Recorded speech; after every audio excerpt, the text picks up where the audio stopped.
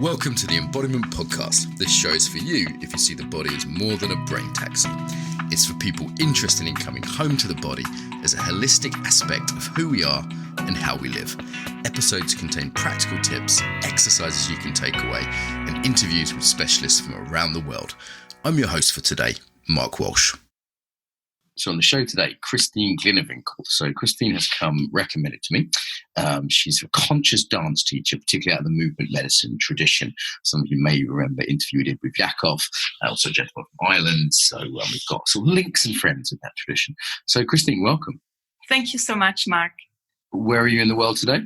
I am in Basel, Switzerland, just at the border to Germany. I've been to Basel. It's kind of a meeting place of Europe, isn't it? You're sort of within reach of a few countries from there. That's true. France is also just around the corner.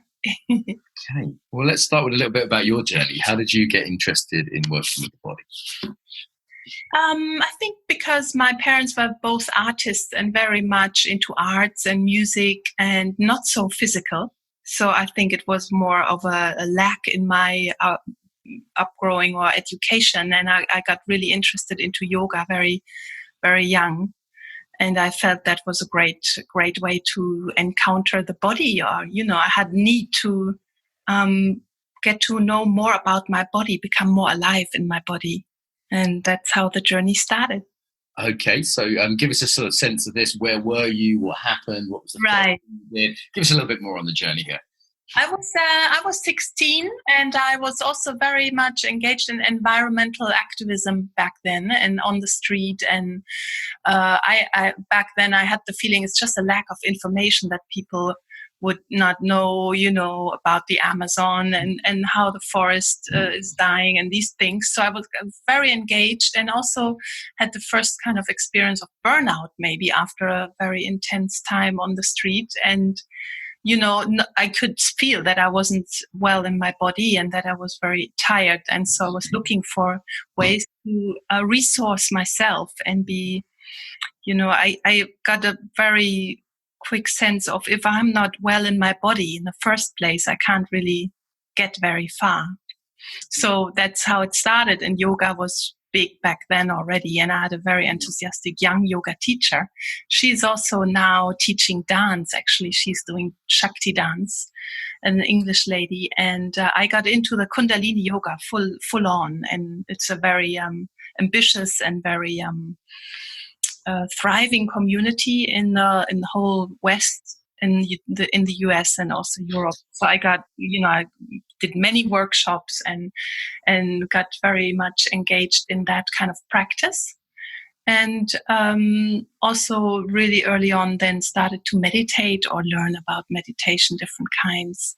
And it was for me a whole field of learning that I hadn't been in touch through school or through my parents or through other friends. It was like a new landscape opening up for me, which felt like home, the physical landscape.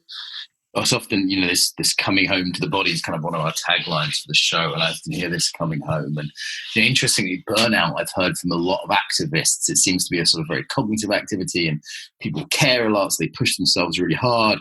And then hitting some kind of burnout is very, very common amongst activists and also those in sort of caring professions. And I often hear that as a sort of genesis story from people getting involved. It's not forced to get into embodiment. Yeah. You have to kind of feel your edge, or kind of have that. You feel your limitations, and through that you kind of explore. And go deeper into what's going on. And my first meditation teacher, when I did my first 2-week silent retreat, he said to me in an interview, "Oh, you must have suffered really severely in your young age, because otherwise you wouldn't be here." Right. And it was a bit of a surprise. Like, why would he say that? That's kind of intense the way he said it, but it was true. You don't do this kind of thing if you're all well and fluffy and have loads of energy and everything is going fine.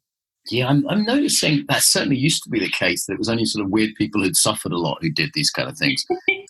Though it's changing. I think 2 reasons. Like, one is normal people now meditate and do yoga, there's less of a barrier to it. So you have to have suffered less to sort of cross that threshold. You might just think, oh, this might be nice for my already nice life. And secondly, sort of everyone in the world is suffering burnout right now. Like just seems like the whole Western world is now moving at a pace where kind of everyone's got to the point where maybe only activists and, rock stars and people like that were at in the past. So, increasingly hearing sort of fairly well-adjusted normal people doing body practices. It's true. It's moving more into the mainstream, and you don't have to kind of totally overdo it before you meet these resources. It's true. It's a very kind of general thing nowadays. To meditate or to do yoga is not so unusual anymore. And how did you get involved from dance then? So you're doing the yoga, that's helping you meditating. How did the dance come into things? I always felt there was a slight judgment on emotions. They were not very valued in the meditative world, or also in the Buddhist meditation that I studied. There was always a slight kind of devaluing. So like emotional life or emotional stuff is less interesting or less valuable. And there was a moment where I got involved with the 5 Rhythms and Gabrielle Roth's books, which I really loved right in the first place. And there was a validation of emotions and, just a kind of a different framing of what are our emotions actually. I mean, emotion, the word is already very telling. And I got really interested in that because I'm a very emotional person. So it was kind of just trying to find the right frame, because I felt sometimes just a kind of in the wrong place. I was on the meditation cushion, I was on the yoga mat, but it was also, there was some lack of creative and more emotional approach. Mm-hmm. And that is, the dance is really offering that for me. Yeah. And I started the 5 Rhythms.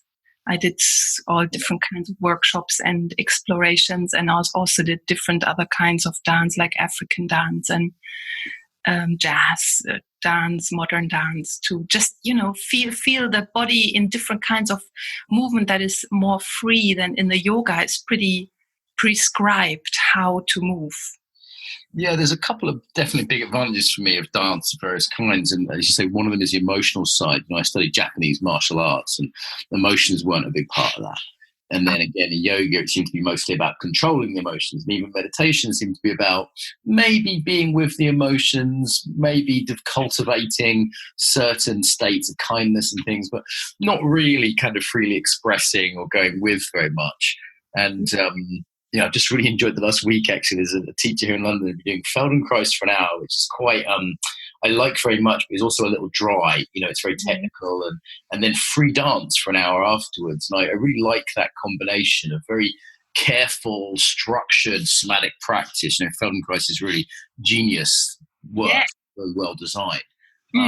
But then breaking loose a little bit and dancing, and in the dance I'm connecting to sadness and emotion and anger and passion, and that combination, I like both of those sides of things. So I can certainly see after someone's done a bunch of yoga, for example, they'd want to break out a little bit more. Yeah, exactly. And just to understand, some emotions is good to note them and let them pass like a cloud on the sky, this kind of approach. But other emotions are really important to really investigate more physically, and to just sit on a cushion being angry I think it can be quite damaging, depending on what kind of personality you are. Right, just sort of marinating in your own anger. Yeah. It can. I mean, it's not about this as a dancer. It's not about just acting out emotion and throwing it around. It's really, the embodiment part is really like this owning the emotion, like really being fully this anger, or being fully in the sadness, and allowing that, like, through the, I find that so often through the full expression of an emotion, it can then release itself and change again. I don't get stuck there only because I'm doing an angry dance for 10 minutes. It can, through the embodiment, it can then shift and become something else. And I find that very interesting. And that is an aspect that I haven't had experienced in the meditation practice, you know. Yeah, there's different arguments here, aren't there? Like on the one hand, for me, an emotion, we need to sort of get the message, like what is it telling us, rather than just sort of do something with it, you know, like do some soft breathing, get rid of it. And also this idea that an emotion can pass, that it's a process. And through expressing it fully, you come out the other side of it rather than being stuck there. So I just need, and everybody knows this, right? As who hasn't had a good cry and then felt better? You know? Like that's a very natural thing, you know. And I guess the counter argument is something like you can just practice. Let's take anger. You could just be practicing anger. And I've definitely seen people who get a bit addicted to practicing fairly extreme emotional states and on the dance floor and never seem to really get out of them. They just seem to be repeating them, as it were. So I don't quite know what the answer is to balance all those points of view. I have just had a discussion with a good friend of mine who's also dancing since a long time. And what I observe as a space holder as well, and in my own practice as a dancer, that some things can really develop to a habit. Yeah.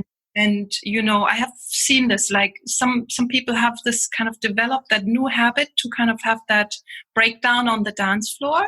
Yeah. Or this kind of cathartic energy. Oh, it's like John's crying again. He always cries. You know, like there's certain people you just know are going to shout and all he's doing is shouting.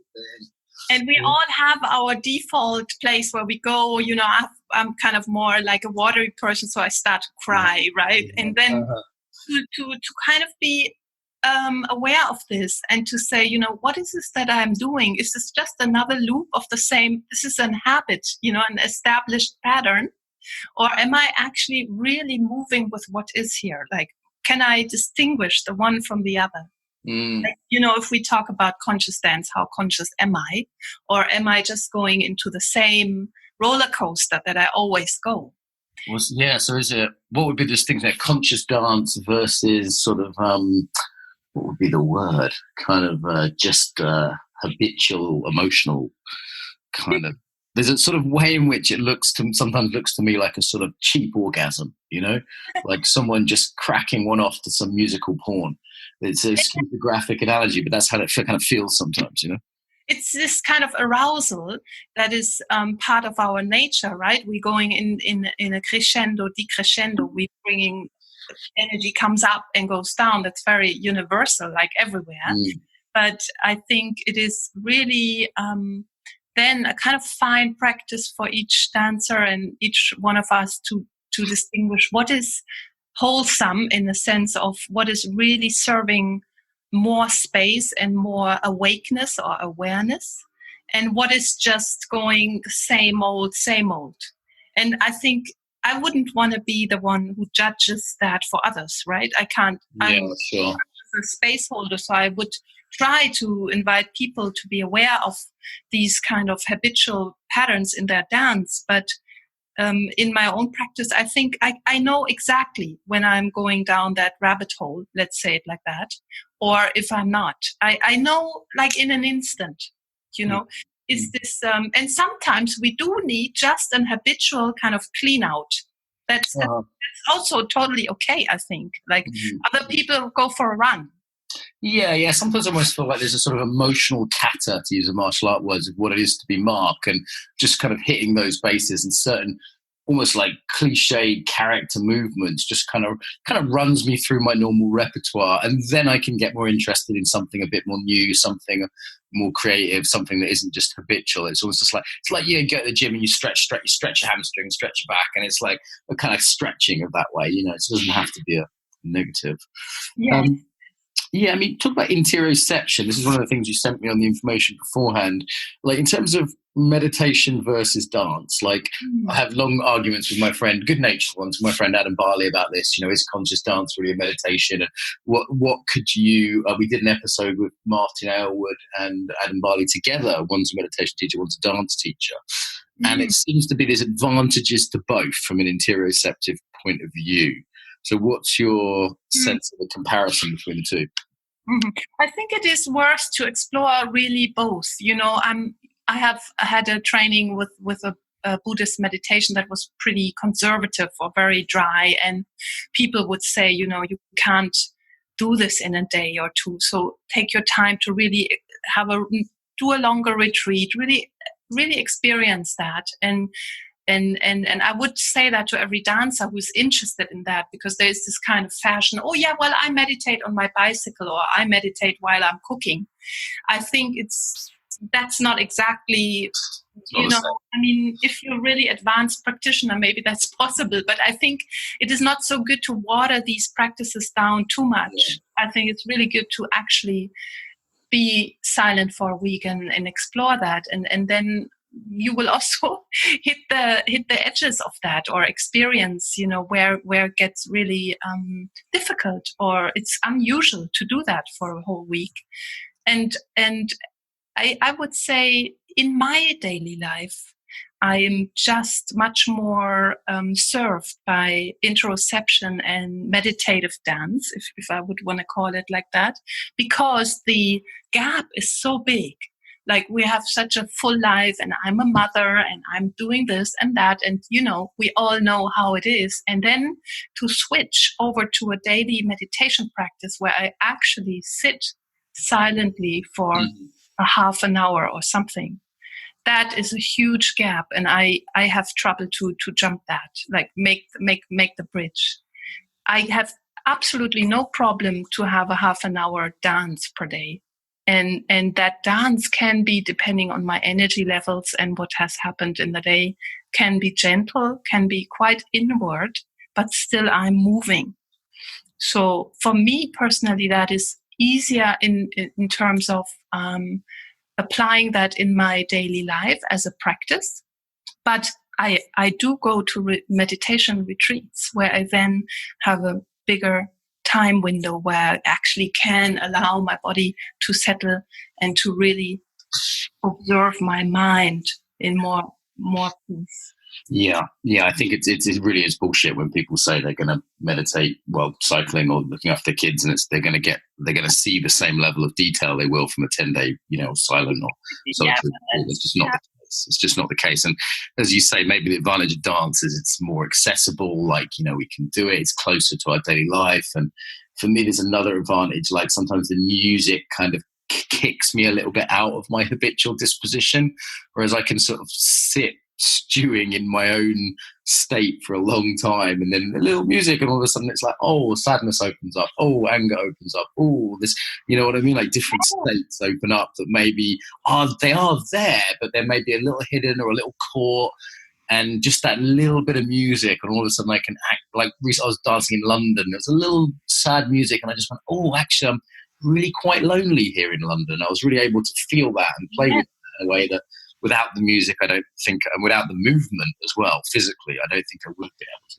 Exactly. And I think that is a real key thing. I'm glad you mentioned that, because the music, how it comes into the space and what it does to us is it's such a powerful thing, and people, and it opens up that whole other landscape of our imagination, it is that link from heart to emotion to imagination, and all the inner images and stories that unravel when some music plays.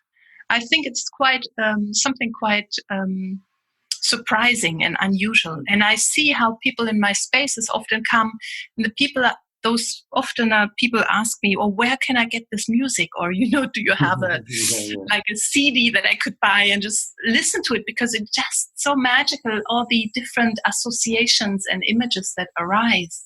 But I think this is one of the great gifts of a good conscious dance teacher, is they've really spent a lot of time listening to music. And I tell people it's a big job, it's not just the same 50 hits on the radio. And, it's kind of a big deal. I mean, there was a Star Trek episode where there was an alien species that didn't have music, and the Star Trek Voyager introduced them to music, and they were like, "This is a kind of witchcraft. This is a magic. This is if someone invented music today, yes, people would be astounded by it. I don't know if it would be legal, if it would be considered a drug.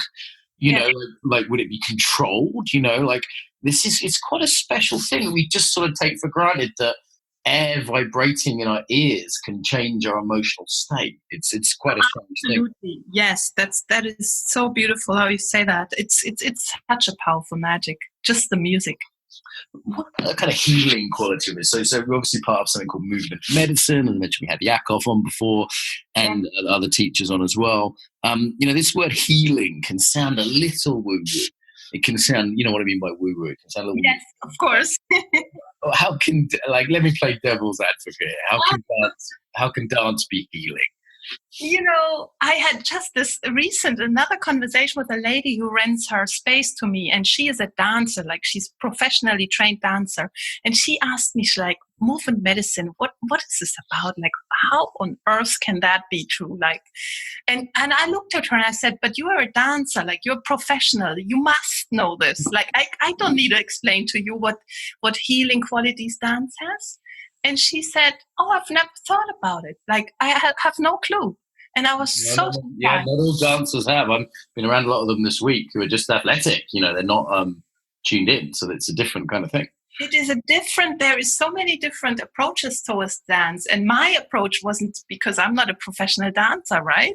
I was, I came through the healing door, let's say it like that. And I had my first healing teacher was a Mexican who worked for Yogi Bhajan for the Kundalini yoga scene. And dance is healing in terms of just because you become aware of your emotions, I would say is a huge plus. Because in our world, my feeling is either emotions are just kind of exaggerated, like, they are habitual, what we spoke about before, like they're very like in a comic strip. And most of our emotions that we do have, we are not aware of them. And dance for me is a door into my own emotional life. And okay, let me jump in there. So I'm going to interrupt you. It's sure. Swiss of me. So how can we have an emotion and not know it? Doesn't an emotion, again, playing devil's advocate, doesn't an emotion mean that there is a subjective element to it? Do you mean that it's hidden, that it's there? Like the guy who's saying, I'm not angry, when really the whole system is angry. Like, how can we have an emotion and not know about it? What do you mean by that? Yeah, because we've been told from the beginning on, certain emotions are not okay, right? They are like a taboo. So you learn easily. We all learn this so quickly to deny most of our emotions and just be functional. Like we come onto this kind of survival mechanism. And I realized, for example, my mom was kind of a sad person, and I realized if I'm happy and talkative and smiling, she's happy, so I can do this, and then all the other emotions I would just deny them. I wouldn't feel them. I wouldn't be able to feel them. It's like an instinct, and we carry those patterns into our adulthood. And we are not aware of this, right? So I think for many people in my spaces, the dance and then the music is a opening for this own emotional landscape. And why would you want to know this? I mean, why would you want to open up that Pandora's box? Because all these emotions, as you said earlier, they tell us something about ourselves. They're like our inner guidance, like our inner how do you call it? Where to go, the inner direction. So that's why I think, we are in a society where it's very welcome. Yeah, you have to be very controlled, and you have to be able to control your anger and your fear and all that.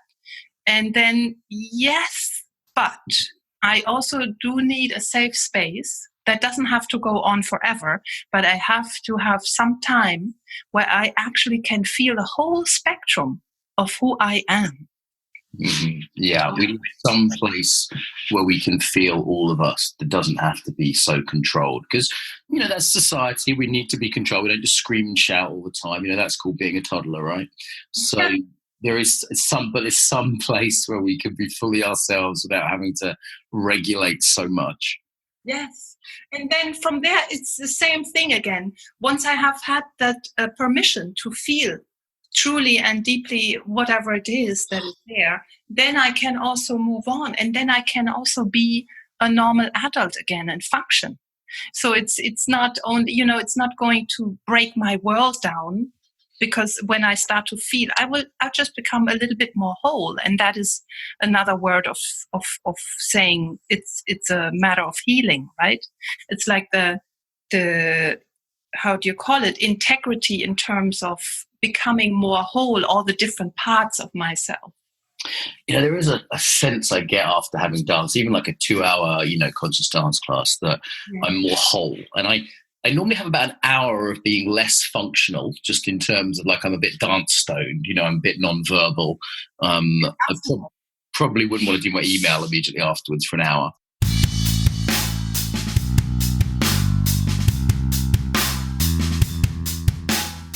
Quick break to tell you about our program. So as well as the podcast, we have various kinds of online training. So we have the Embodied Yoga Principles online training, as well as in-person training.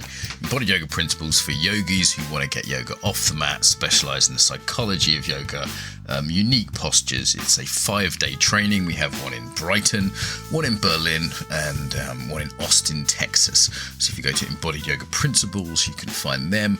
Also the online version of the training for people who can't make those dates. Excellent courses. The Embodied Yoga Principles training for the yogis. For the coaches and facilitators, we have the Embodied Facilitator course. This is our flagship course. We offer it in Moscow, also in the UK. A 9-month adventure, real deep dive into embodiment. It's the biggest embodiment program I do. It could be like movement people who want to work in business more. We have people like dancers and martial arts teachers come to learn more about working in mainstream settings, but also for coaches and trainers who want something really well structured, who want to work on themselves, who want to learn practical tools, learn how to work with the body in facilitation. If you can't make EFC, and it is a big ask, there's an online course we run called the Foundations of Embodiment Certification. So if you go to Embodied Facilitator, you'll find the in-person, and then FEC, F-E-C, F for Freddy, E-C for Charlie, FEC, you'll come out with the Foundations of Embodiment Certification, and also do one-day events all around the world. So I'm just about to do a tour to Slovenia, Berlin, Copenhagen, Brussels, Amsterdam, and Brighton. The Brighton one is £10, which is like $15. So if you're coming from abroad, that could make that affordable. The Brighton one's always like a really big fun one, so that's coming up. Again, go to the Embodied Facilitator course to see all of these events. And we have a little online evening as well. If people just want a taster, again, that's £10. That's a 3-hour thing coming up as well. Embodiedfacilitator.com, embodiedfacilitator.com, and you'll find all those events, or Embodied Yoga Principles for the yoga ones. Okay, so that's the stuff that I sell. Oh, and the book, the embodiment book. If you want to get my book and learn about embodiment through reading, you can also get the embodiment book available at Amazon and no good bookstores. So there we go. Excuse the interruption, and back to the episode. But after that hour, for a good few days, I would say I'm more capable of even the most logical, brutal tasks of the modern world. Like I'm more productive at work the next day. I feel healthier mentally. My relationships and my conflicts get resolved more easily. After that sort of hour dance stone wears off, I have a few days, I would say, of being a bit more whole from dancing. If I go a few weeks without dancing, it definitely starts to show in negative ways. Yes, absolutely. It's beautiful. Yes, absolutely. So what makes movement medicine healing then? Give us a sense of, for people that made this, it's relatively widespread. I'd say after 5 Rhythms, it's probably the sort of second most well-known conscious dance form in the world, I would say. Maybe you could say a little bit about what are sort of its unique features, or, I'll refer people back to the episode with Yakov as well, but maybe you could say a little bit about what it is and some of its unique features that make it healing. Mm-hmm. I mean, all these things, I think dance in general is decreasing anxiety and all these kind of modern problems we have, like isolation, feeling disconnected. My impression is these states of being get more and more. I don't know. It's like everywhere. When I talk to people, they're either anxious, they cannot sleep, they are isolated, separated, they can't connect. These kind of issues. I mean, that I'm speaking for all different kinds of dance at the moment.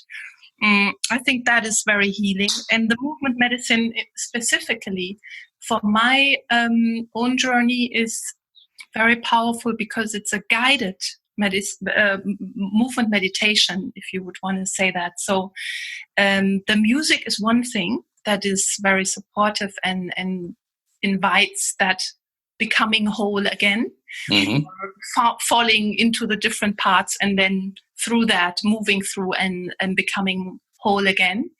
But it's also certain images and archetypes that the movement medicine works with, and that whole shamanic background, right? The classical one is the tree of life. It's such a powerful image for us human beings, and it's nothing new at all. Or like we relate to the great mother, the great father, the sky, the earth, the four elements. All these things are very simple, very universal. Like you can find those back in different cultures. And they have some iconic, almost kind of archetypal energy in it that helps us also to kind of, we weave together back into this bigger carpet. We understand we are not just these single individuals struggling with life or not feeling complete, not feeling good enough and all of that. We are coming back into that carpet. And that is, often I feel reminded of the indigenous wisdom of many different cultures where it's clear we are as human beings, we are community, we are connected. We are not just on our ego trip, whatever, mastering my own career or whatever.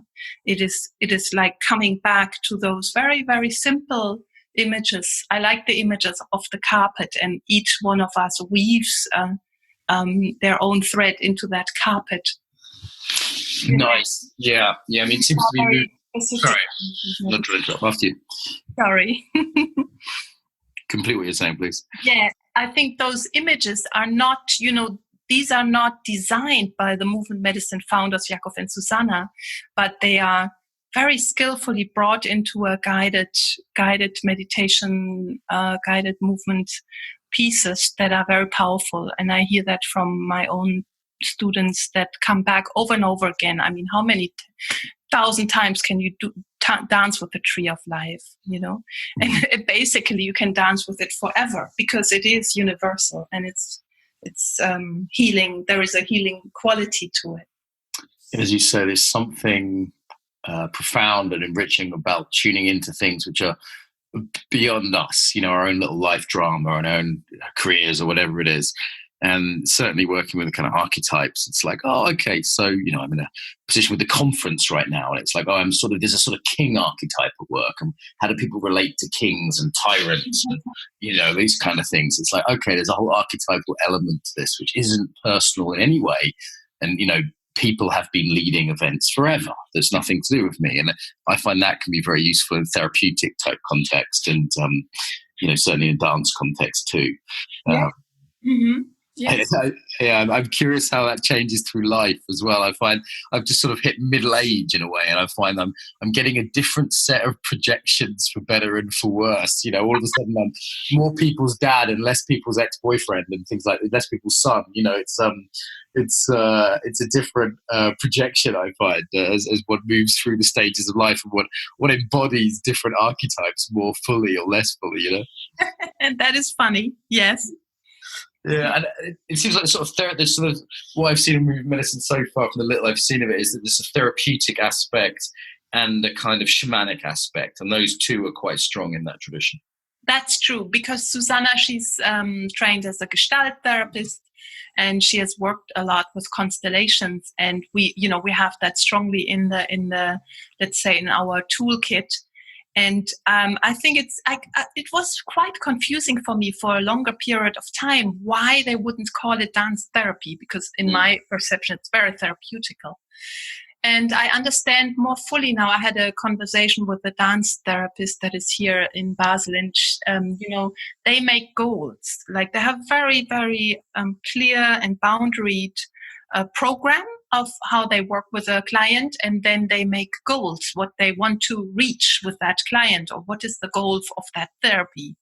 And we don't do this, right? So I understand that for me personally as a difference between that therapeutic approach and what Susanna always says, of course it can work therapeutically, but it doesn't have to. So we are trying to offer this space for as many people as we can. Some people just want to have a good dance. Yeah. It's interesting. Okay. There's a bit of a tension, I think, in this, though, isn't there? I was talking to some of the open floor people about this, Deborah and Kathy and Laurie, and there's a bit of a tension between people that want to turn up and just boogie and party, and maybe pick someone up and get laid, or maybe just have a sort of bit of a state holiday from their busy life, and then there's a bit of a tension between that and people who are really looking to work on themselves and go into their process, and then obviously there's some crossover, but it's not exactly the same thing, is it? Yeah, I think it is a crossover, and it can also create some oddness in the space sometimes. I have had that too. But I think it's also refreshing because, I've been in therapy for a long time.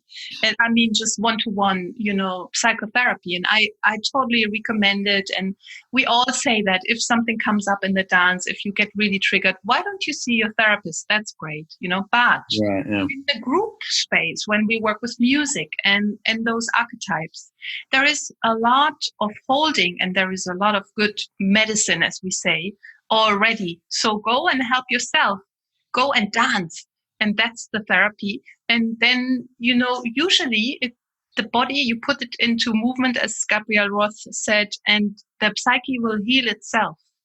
And I love that approach because it is free and it's unplanned. I cannot plan when the actual unraveling happens. It can happen on the way out of the dance space in the shower, or on the way to the dance space, or in between. Who knows, when the healing actually happens. So I like that free approach, maybe, but not always, and depending on how people take it in. Yeah, it seems like the open floor people have gone a little bit more structured from what I've seen. And I get why, a little bit more like, right, this is an exercise and this is kind of potentially the goal or the area at least we're exploring. And then there's a sort of the other end of the spectrum would just be like it all comes out in the wash and, trust the body's implicit process and things happen when the moment might come when I'm walking home with my wife after dancing, as you say, and we suddenly have some sort of insight together. And also, as you said, there's a wonderfulness of free space in that.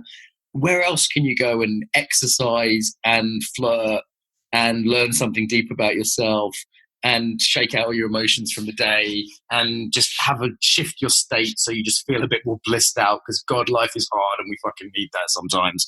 Do you know what I mean? Like where else could you, and you can just dip in and out of those. Like I can go, right, I'm gonna dance and work on my stuff and that's really difficult. And then you know what, I'm just going to go play with my friend Tilly in the corner and pick her up and throw her around because she loved it and so do I.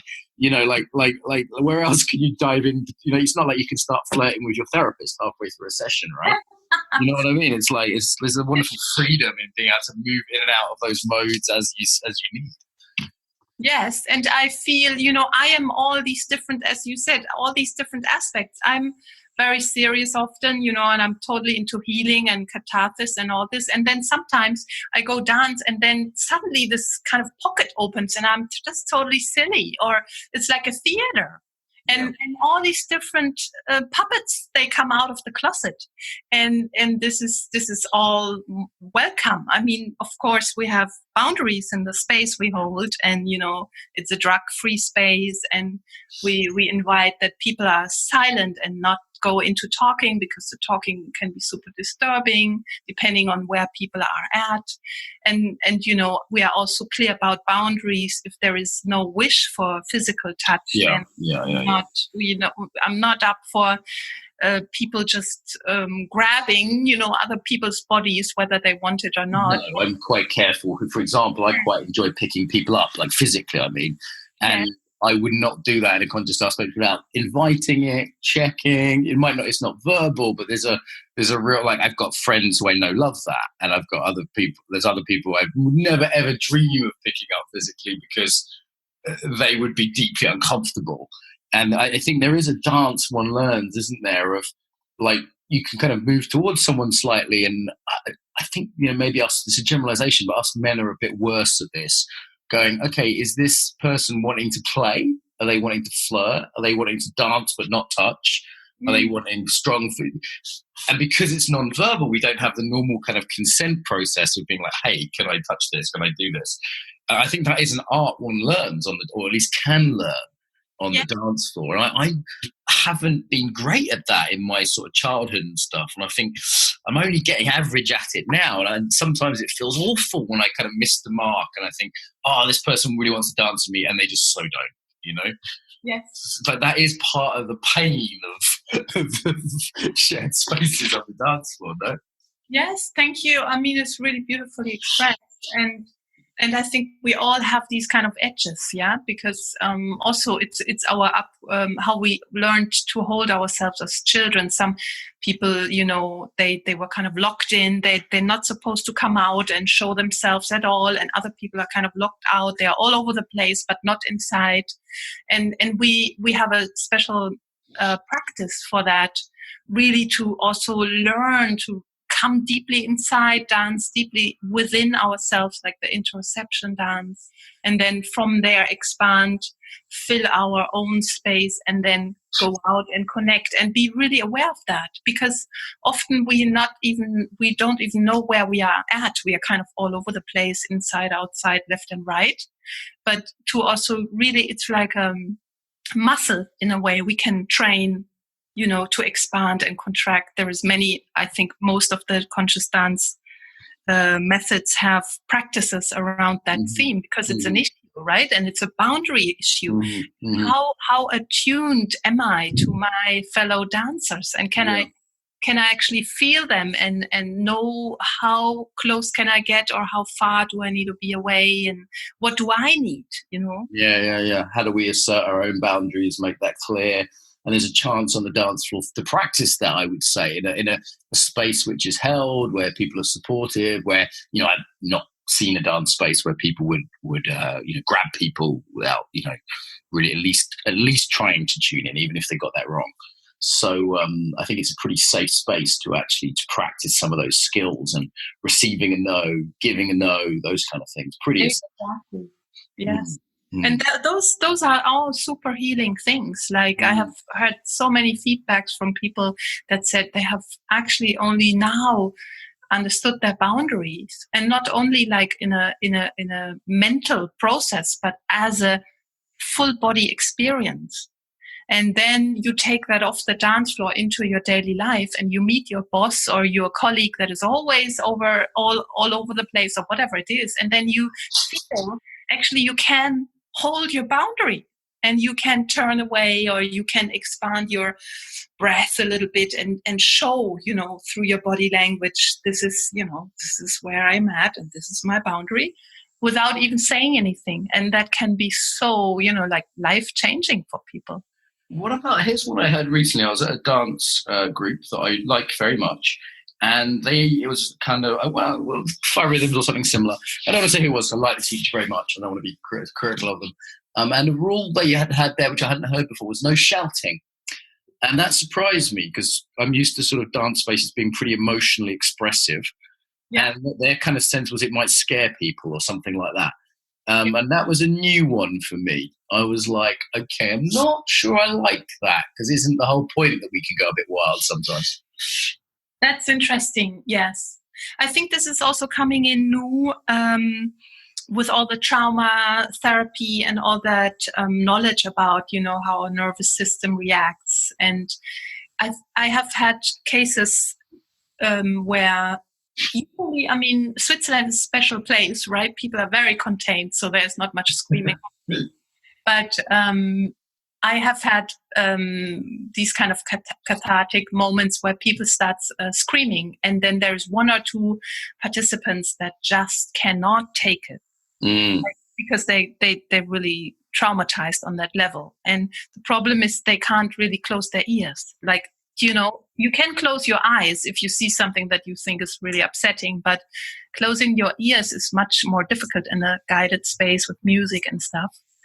You can put something in your ears, but then you don't hear anything at all. Yeah, but you can take that to say, you could play a record that was the the music that, I don't know, my ex-girlfriend used to play, and we broke up and now I'm heartbroken. I don't want to hear that music, right? I mean, Yes. should we be kind of pandering to the kind of most broken person in the room? Right. So the thing is, Susanna, she's a real voice worker. She works a lot with voice. She has also her own workshop about that. And I've learned a lot with her and from her. I'm a singer. I was singing way before I started dancing. So what she would say, I think, is if the voice comes actually through the body, if this is an embodied voice, it's fine. But mostly, if people really start screaming, mostly it's not. And that's the problem. Because, sorry, Effie. They kind of dissociate into the voice. This is exaggerating, right? Yeah. And that sounds like an important distinction, but maybe not quite the critical one for this conversation on this. It's, I don't know, I see a moving of the line towards the sort of more sensitive side of things. I tell you what you did mention to me was I found interesting Switzerland. So we haven't had many people from Switzerland on, if any, actually maybe one. We had no keto teacher. Swiss cultural context and embodiment. Say a little bit about that. I mean, Iyengar did a lot of stuff there and Heart of Europe, but how does embodied work and dance specifically go down in Switzerland? It's very interesting because Switzerland has a huge dance community. It's like very big here. And the 5 rhythms is huge. In every Swiss city, there's big 5 rhythm spaces. Wow. Okay. And we also, with the movement medicine, we're really coming in. I think Jakob and Susanna, they have a lot of workshops in Switzerland every year. And then there is like 15 or 16 movement medicine teachers trained by Jakob and Susanna now in Switzerland. There is a lot going on. Right. I think it has to do with people having a lot of resources. Mm-hmm. Basically they have money and time to go and dance. But also, I think it really hits a point in the culture where expression is so needed, because it's not a part of the culture. No, I mean, obviously there's several Switzerlands, in terms of the Italian bit and the German bit and the French bit. I've spent a fair bit of time there, actually, probably, I don't know, 6 months of my life or something in different parts of it. And there's different Switzerlands, aren't there? But there's still, across them, there is a restrainedness. There's a level of, Swiss are obviously known for their exactness. It isn't known for its emotional expression as a country. That's right. I mean, I'm very privileged to be here. I love Switzerland. I've been here since almost 18 years. It's a great, beautiful country. Yeah. People are very thoughtful, very loyal, super trustworthy. A lot of people are very deeply spiritual in a way that is not woo-woo at all, but very, they have a grounded spirituality that is quite amazing. Has nothing to do with esoterical woo-woo or shishi or whatever you want to say it. Mm-hmm. It's just deep connection, basically. Connection to their own land, to their own mountain, to their own rivers, to the beautiful lakes and everything that is here. So, it's this interesting, beautiful, very rich situation, which is also kind of isolating because it's like an island, in Italy and France and Germany, things are much more difficult in terms of finances and challenges. It's still one of the wealthiest countries in Europe. It's a great place to be. And there is a lot of dance spaces, which is interesting. I feel like the people really value that safe space where they can actually then unravel their emotions, unravel whatever else they're holding. And this holding, in the beginning, I was a bit uncomfortable with it, the containment. But the longer, the more I really feel it's a great resource and I can learn from it. It's a kind of... Are you from outside then? Are you from somewhere? Yeah, I'm German. Grew up close to Frankfurt, and I've did my physiotherapy training in Holland. So I was always wanting to go away. My partner is American. So, I was always looking for other places to be, which I think a lot of German people do, just because of our past, right? And the challenge that it is to be German. Interesting. Okay, well, Switzerland's certainly one of the most beautiful countries in Europe that I know of, so maybe a good place for a dance holiday and combine it with a bit of seeing the nature there. It's a gorgeous place. Really. And it's worth coming. It's an amazing place. And there's so many dance teachers you could do all kinds of interviews and interesting things. Yeah, Basel, where you are, seemed a sort of very learned place. I remember I had a little workshop there, and there was quite a few sort of interesting people who studied quite a lot of different things. You know, a lot of working right at the heart of Europe. It seemed to have a sort of opportunity to travel and do things in different places. So I particularly like Basel, actually. Great. Geneva's pleasant as well, isn't it? Let's face it. You know, when you're sipping wine by Lake Geneva with the French Swiss, it's pretty bloody civilized. So It is beautiful, absolutely. Yeah. Okay, so let's see. We're almost out of time. There's a couple more topics. We'll put in a new one. So you talk about community building through dance. This is something you told me you're interested in. Yes. Well, you know, it's this kind of carpet weaving that I have mentioned, and you also mentioned, to understand. It's like coming down from this egotistic, neurotic society. Like, just understand we are one of so many, and I think the dance is just a natural. You know, you don't even have to say anything. You put the music on, people become more and more aware of their bodies and also how bodies move together, as a kind of like a school of fish, or, you know, a bunch of birds. That is such natural understanding, coming back down to the ground and into this kind of community field. And I think we can also practice all these kind of neuroses we have, as we mentioned before, with boundaries, or being too close or not close enough, or too, you know, far away from people. And we can work this kind of playfully, easily in the dance, and learn about what are my edges. You know, I mean, we are all wounded around the theme community. We have all had experiences in teams or whatever at school where we didn't feel safe in a circle with other people. Yeah. So there is also healing needed, but I think the dance is a natural community builder. And okay. Good. Well, I feel like we're having a chance to get to know each other a little bit here, which I appreciate here. Is there anything that I haven't asked you about that you would have liked to have been asked about? I think that's great, Mark. I'm happy to talk to you, and it's very inspiring. Okay, well, hopefully we'll see you at the conference as well. You're super welcome to apply there. Nice to have someone else from Switzerland there. And I know we've got a few people from Movement Medicine who'll definitely be represented at the conference, so you're super welcome there. In terms of finding out more about you, where do people go? What do people look at? I have a website, Glenewinkel.ch.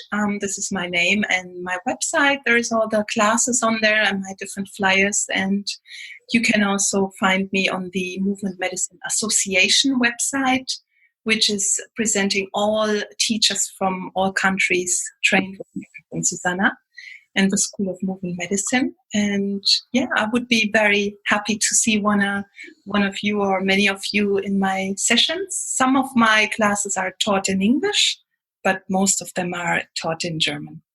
I'll just spell your name for people. So if I'm spelling this right, it's Kristin with K, Kristin for November, and then GLEN for November again, EWINKEL. Correct? Fantastic. Got you right. Okay. I'm just reading that off Zoom, so that's good. Okay. So final message about the body to take us out here. A final message about the body. I like to just feel my bum on the sofa or on the chair or on the ground, wherever I am, and remember gravity. And with the breath, letting it all settle down a little bit towards the ground. Nice, beautifully simple. I appreciate that. Thank you for joining us today. Thank you so much, Mark. Some ways to get more, to give back, and to get more involved now. So the biggest request I have would be to share the podcast with your friends, people that you think would really enjoy it. Email it to them, put it on your social media, tell them about it, old school. Really appreciate that. Equally, if you want to support us financially, you can go to Patreon. That's patreon.com/embodiment podcast and give us $1 an episode. And I'd say they're well worth $1. So that's less than £1 if you're in UK-ish. So yeah, please go there. On the embodiedfacilitator.com website is where this is hosted. If you're, most people I think listen to for iTunes. iTunes, we'd certainly appreciate a review. The way iTunes works means that a review means more people will find it. iTunes regards it as more important for searches. So even a couple of sentences review really does help as a little thank you to us. And if you want to go to embodiedfacilitator.com, you can see the actual, links to the sites. There's comments on there.